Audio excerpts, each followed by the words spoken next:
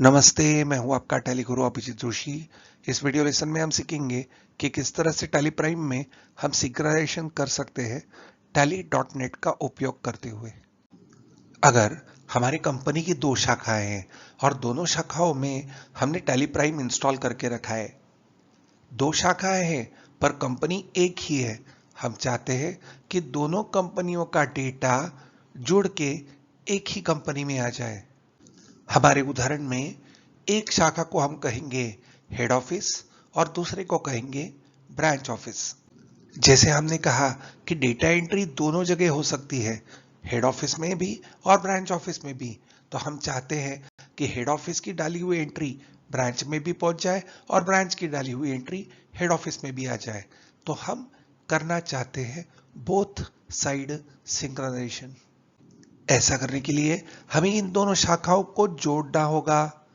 पर जोड़ने के लिए हम इंटरनेट का उपयोग कर सकते हैं, परंतु कहीं ना कहीं इन दोनों को जोड़ने के लिए एक बीच में कम्युनिकेशन के लिए लगेगा एक सर्वर, जो हमें प्रोवाइड करता है tally solutions.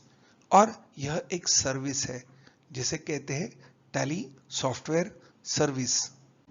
Tally software services यानी TSS एक ईयरली सब्सक्रिप्शन बेस्ड सर्विस है। हर साल इसके लिए पैसा देना होता है। जब हम टैली खरीदते हैं तो टैली का एक सीरियल नंबर हमें आता है और यह टैली हमारे कंप्यूटर पे एक्टिवेट करते समय हमें एक ईमेल एड्रेस देना होता है। उदाहरण के लिए यहाँ ईमेल एड्रेस है admin@dci.in। तो हमारी ये ईमेल आईडी, ये लाइसेंस एडमिनिस्ट्रेटर आईडी हमारी एक लिंक होगी 2 कंप्यूटर्स के बीच में। यह सिंक्रोनाइजेशन करने के लिए हमारे क्लाइंट में से एक क्लाइंट रूल भेजा जाएगा जो रिसीव होगा हमारे सर्वर पे, और फिर सर्वर पे इसे एक्सेप्ट करेंगे और वो हो जाएगा सर्वर रूल। फिर इस प्रक्रिया के बाद सिंक्रोनाइजेशन हो सकता है, यानी हेड ऑफिस से ब्रांच ऑफिस और ब्रांच ऑफिस से हेड ऑफिस में ट्रांजैक्शंस सेंड और रिसीव किए जा सकते हैं। आपको समझाने के लिए हम 2 अलग अलग पीसी पे काम करेंगे। एक होगा सर्वर जो होगा हमारा हेड ऑफिस, यहाँ टैली हम नॉर्मल कलर्स में चलाएंगे। दूसरा होगा हमारा क्लाइंट जहां ब्रांच ऑफिस होगा, वहां हमारा टैली चलेगा ब्लैक एंड व्हाइट में। तो सबसे पहले हम काम करेंगे सर्वर पे यानी हेड ऑफिस के पीसी पे। तो अब हम हैं हमारे हेड ऑफिस के पीसी पे और यहां हम लेंगे क्रिएट कंपनी। हम चाहते हैं कि कंपनी सिलेक्ट करते वक्त यूजर नेम और पासवर्ड पूछा जाए। तो ऐसा करने के लिए हम जाएंगे यहाँ F12 कॉन्फ़िगरेशन में और यहाँ ऑप्शन है यूज यूजर एक्सेस कंट्रोल। इसको करेंगे यस, देंगे कंट्रोल ए। तो यहाँ ऑप्शन आ जाता है control user access to company data. Company के डेटा को यूजर्स एक्सेस कर सकते खुद का यूजर नेम और पासवर्ड के द्वारा। तो अब हम कंपनी का नाम यहाँ टाइप करेंगे। तो सर्वर पे हमारी कंपनी का नाम रखेंगे हेड ऑफिस, या एंटर देते रहेंगे। अकाउंटिंग पीरियड वैसे ही छोड़ देंगे और control user access to company करेंगे यस। यहाँ हम यूजर का पहले यूजर नेम देंगे जो है एडमिन ADMIN और पासवर्ड डालेंगे निमड़ा NIMDA। फिर से यहाँ रिपीट करेंगे NIMDA। टैली एक वार्निंग देगा और फिर इसे कर देंगे हम एक्सेप्ट। तो जब भी कभी टैली में ये कंपनी सिलेक्ट करने की कोशिश की जाएगी तो यहाँ यूज़र नेम और पासवर्ड हमें डालना होगा। तो यूज़र नेम एडमिन और पासवर्ड निमड़ा हमने यहाँ डाला है और देंगे एंटर। अब F11 फीचर में हम यहाँ बैकस्पेस देंगे और शो मोर फीचर्स को करेंगे यस। उसके बाद में यहाँ GST कर देंगे नो और फिर इधर enable browser access for reports ये हम अगले वीडियो लेसन में करेंगे। तो इसे रखेंगे नो, और यहाँ enable tally.net services for remote access and synchronisation. तो हम tally.net सर्विसेज सिंक्रोनाइजेशन के लिए उपयोग में लाना चाहते हैं, तो हम इसे करेंगे यस और एक्सेप्ट करेंगे।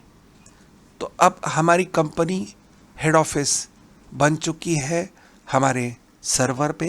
सबसे पहले हम टैली की कनेक्टिविटी चेक कर लेंगे। तो जाएंगे हेल्प में लेंगे सेटिंग्स, और सेटिंग्स में यहाँ लेंगे कनेक्टिविटी और देंगे एंटर। यहाँ Tally prime acts as both है, एनेबल ODBCS है, और पोर्ट है 9000। ये पोर्ट आवश्यक है डेटा सेट और रिसीव करने के लिए किसी भी मशीन में या मशीन के अंदर या बाहर। तो ये सब सेटिंग्स बराबर है, तो हम इसे एक्सेप्ट करेंगे। टैली हमें प्रॉम्प्ट करेगा कि क्या आप टैली रिस्टार्ट करना चाहते हैं। हमने कोई बदलाव नहीं किए हैं तो हम देंगे नो, वरना हमें देना होता है यस और टैली फिर से स्टार्ट होता। तो हम यहाँ देंगे नो। तो ये तो सेटिंग्स हमारे बराबर है, देंगे एस्केप। अब हम सर्वर पे काम कर रहे हैं। एक और बात हम यहाँ दिखाना चाहेंगे। हम जाएंगे हेल्प में, और हेल्प में सबसे नीचे है अबाउट। हम क्लिक करेंगे यहाँ, तो यहाँ कुछ इन्फॉर्मेशन हम दिखाना चाहेंगे। एक तो सीरियल नंबर जिसके बारे में हमने बात की थी, और ये रहा लाइसेंस एडमिनिस्ट्रेटर का ईमेल एड्रेस। ये ईमेल एड्रेस बहुत इंपॉर्टेंट है, इसे याद रखेंगे। हमारे केस में admin@dci.in। यहाँ ऊपर एक और चीज़ है, tally software services valid till 31 मई 23। तो जिस दिन हमने वीडियो बनाया था तब ये था 16 सितंबर 22, यानी ये सर्विसेज हमारी आज एक्टिव है। तो ये सर्विसेज एक्टिव होने के कारण ही हम ये सिंक्रोनाइजेशन आपको दिखा सकते हैं। तो अब जाएंगे एस्केप करके गेटवे ऑफ टैली में। तो अब हमारी ये हेड ऑफिस कंपनी जो हमारे सर्वर पे है, इसे हमें जोड़ना है टैली के सॉफ्टवेयर सर्विसेज से, यानी tally.net से। ऐसा करने के लिए हम जाएंगे यहाँ ऊपर कंपनी, और ये लेंगे कनेक्ट। तो जैसे ही हम कनेक्ट पे क्लिक करेंगे तो ये पूछेगा कौन सी कंपनी, तो हम हेड ऑफिस ले सकते हैं। अब हेड ऑफिस के आगे यहाँ सी आ गया है। यहाँ नीचे आप देखेंगे सी यानी कनेक्टेड फॉर ऑनलाइन एक्सेस। तो हमारी कंपनी अब tally.net से जुड़ गई है। अब हम काम करेंगे हमारे क्लाइंट पीसी पे। तो जाएंगे क्लाइंट पीसी पे। तो अब हम हैं हमारे क्लाइंट पीसी पे। यहाँ हम करेंगे क्रिएट कंपनी और नाम देंगे ब्रांच ऑफिस।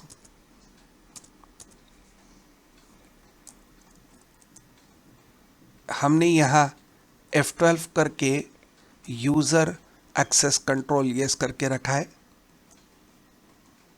तो अब यहाँ भी हम यूज़र नेम और पासवर्ड देंगे, करेंगे यस। यहाँ यूज़र नेम देंगे मालिक MALAK मालक, और पासवर्ड देंगे कलाम KALAM, फिर से देंगे KALAM और एंटर। इसे कर देंगे एक्सेप्ट। फिर से यूज़र नेम और पासवर्ड पूछा जाएगा। यहाँ देंगे MALAK और पासवर्ड देंगे KALAM। अब यहाँ पहले से शो मोर फीचर्स यस करके रखी है। अब हम देंगे GST नो। उसके बाद में हम enable browser access for report करेंगे नो, और enable tally.net services for synchronisation करेंगे यस। एक्सेप्ट करेंगे। तो इस तरह से हमारी ब्रांच कंपनी बन गई है। अब हमें बनाना है क्लाइंट रोल।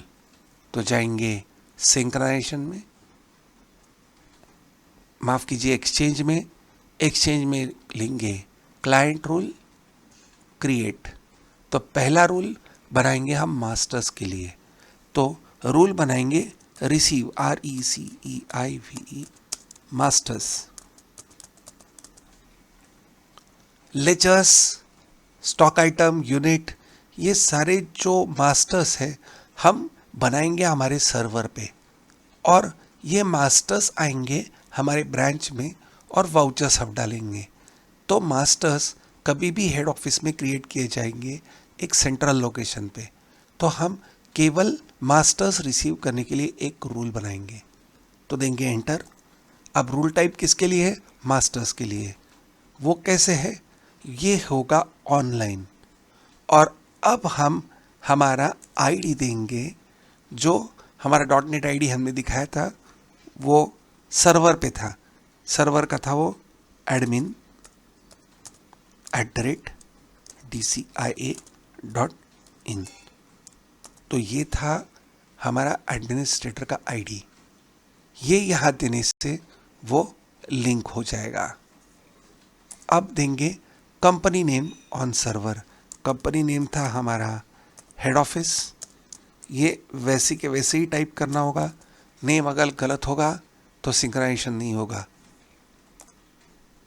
अब यहाँ हम करना चाहते हैं रिसीव डेटा, क्योंकि मास्टर्स हम रिसीव करना चाहते हैं, और करेंगे एक्सेप्ट। तो ये हो गया एक क्लाइंट रूल। एक और क्लाइंट रूल हम बनाएंगे, नाम देंगे ट्रांजैक्शंस। तो ट्रांजैक्शंस हम रिसीव और सेंड दोनों करना चाहते हैं, यानी सर्वर से क्लाइंट को और क्लाइंट को सर्वर से। यहाँ लेंगे रूल फॉर ट्रांजैक्शन, फिर लेंगे ऑनलाइन, फिर से ईमेल एड्रेस टाइप कर लेंगे admin@dci.in, कंपनी नेम टाइप करेंगे हेड ऑफिस,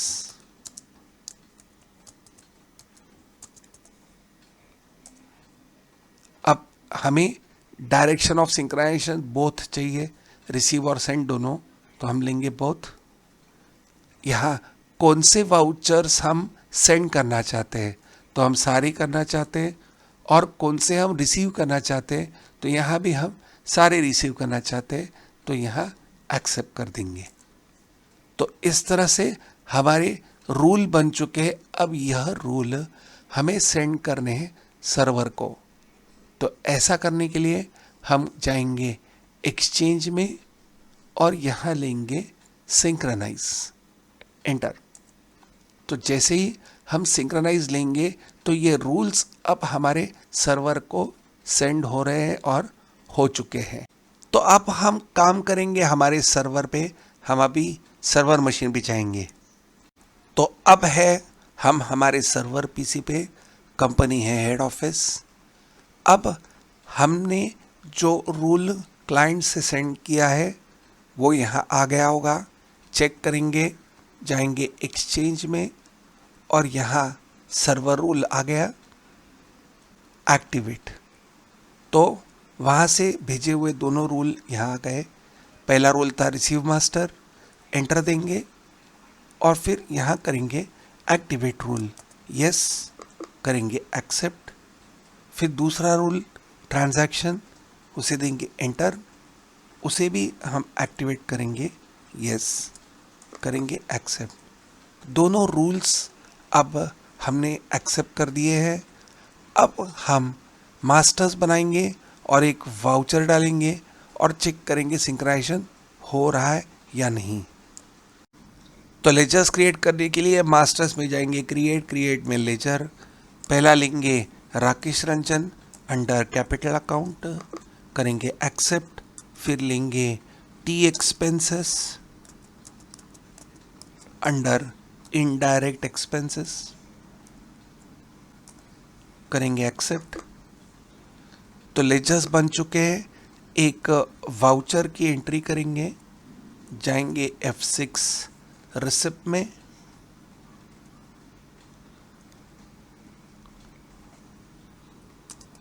कैश अकाउंट को करेंगे डेबिट, क्रेडिट करेंगे राकेश रंजन का लेजर 10,000 से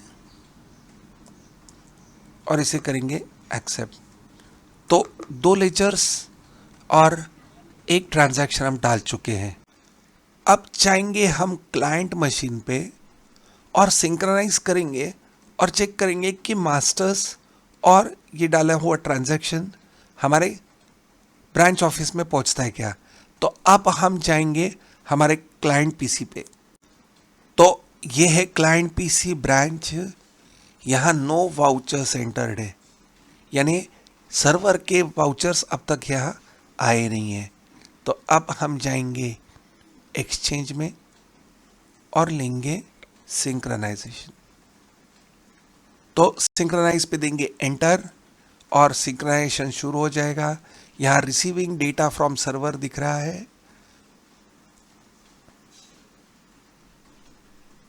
सेंडिंग डेटा टू सर्वर, और ये देखिए वाउचर इधर अपने आप आ गया है 1 अप्रैल 22।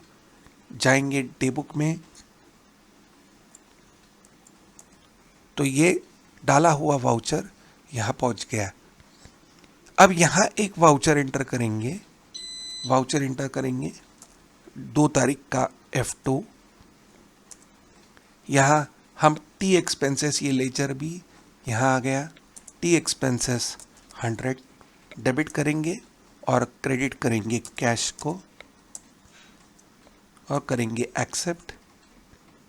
अब ये 2 ट्रांजैक्शंस है, एक ट्रांजैक्शन अभी हमने क्लाइंट यानी ब्रांच में से डाला है। अब हम करेंगे सिंक्रोनाइजेशन ताकि ये आखिरी में डाला हुआ टी एक्सपेंसेस का ट्रांजैक्शन हमारे हेड ऑफिस में चले जाए। तो फिर से जाएंगे एक्सचेंज में और लेंगे सिंक्रोनाइज। तो ये ट्रांजैक्शन अब जा रहा है हमारे सर्वर पे।